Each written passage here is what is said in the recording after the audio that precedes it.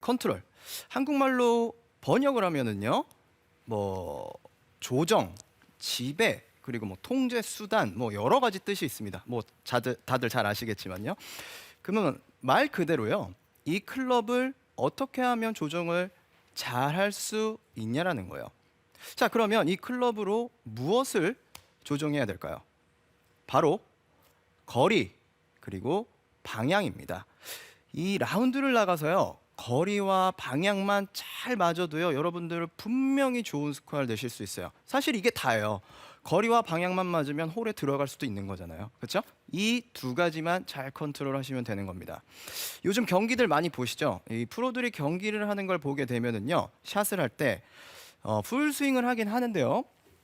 어떤 선수들은 풀스윙을 하는 것 같긴 한데 좀 천천히 치는 것 같기도 하고 또 살짝 치는 느낌도 받을 때가 있고요. 그리고 또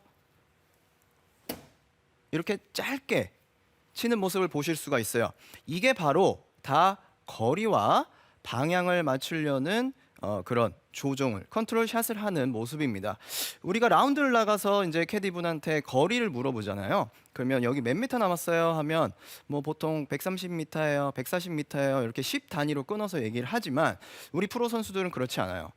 1m의 단위까지도 샷을 컨트롤하려고 굉장히 애를 씁니다. 그러니까 그걸 어떻게 하는 건가요? 그렇죠.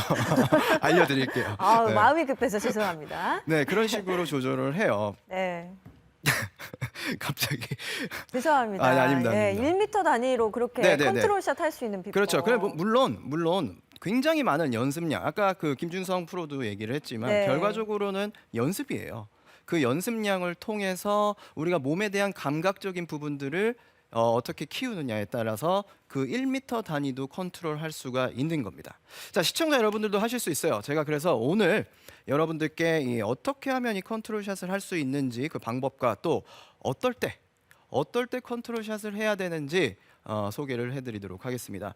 자, 여러분들이 가장 궁금해하시는 거는요. 이 컨트롤 샷을 할 때 그러면 대체 어디에 힘을 빼야 되고 어떻게 힘을 빼야 되는지가 가장 궁금하실 거예요. 근데요, 힘을 빼는 게 아닙니다.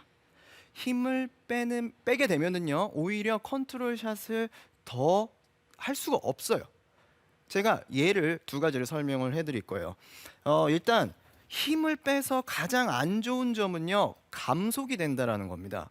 모든 스윙은요, 감속이 되면 안 돼요. 가속이 돼야 되는 겁니다. 짧게 들던 크게 들던 어찌됐든 가속이 돼야 돼요. 근데 그 힘을 빼려고 하면은요, 대부분 아마추어 분들이 공 끝에서 클럽을 감속을 시킨다든지 또는 그립을 놔버리는 경우도 있어요. 제가 한번 샷으로 한번 보여드리도록 할게요. 아, 뭐가 하다 마신 것 같아요. 그렇죠. 평소보다. 뭔가 그렇죠. 이런 느낌으로 네. 감속을 주는 경우도 있고요. 또 어떤 분들은요, 힘을 뺀 나머지 그립을 이렇게 놔버리는 경우도 있습니다. 네.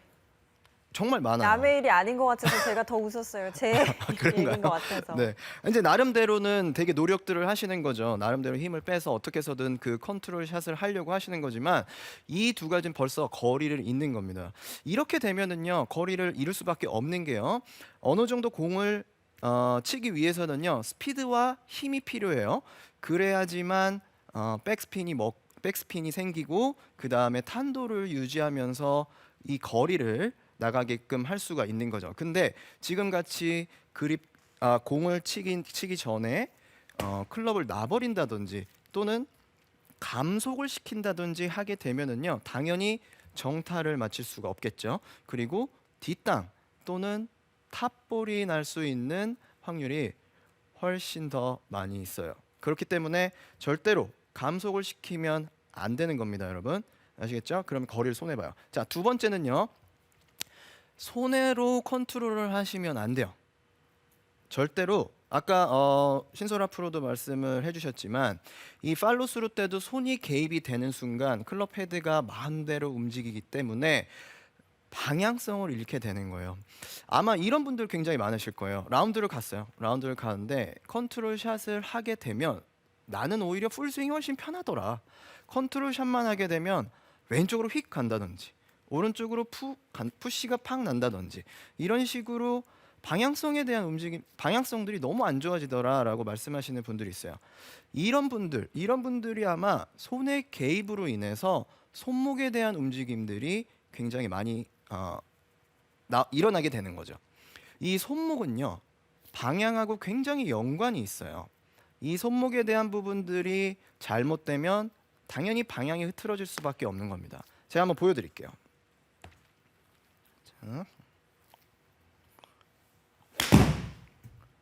자, 이런 식으로 나름대로 이제 손으로 거리를 맞추거나 할 때 공을 이렇게 치면서 손목이 확 돌아가면 지금처럼 저렇게 왼쪽으로 확 갈 수 있는 공들이 나오고요. 또 나름대로 손으로 방향성을 맞춘다고 해서 이렇게 꽉 잡고 있게 되면 당연히 또 푸시 오른쪽으로 공이 확 날아가게 되는 겁니다.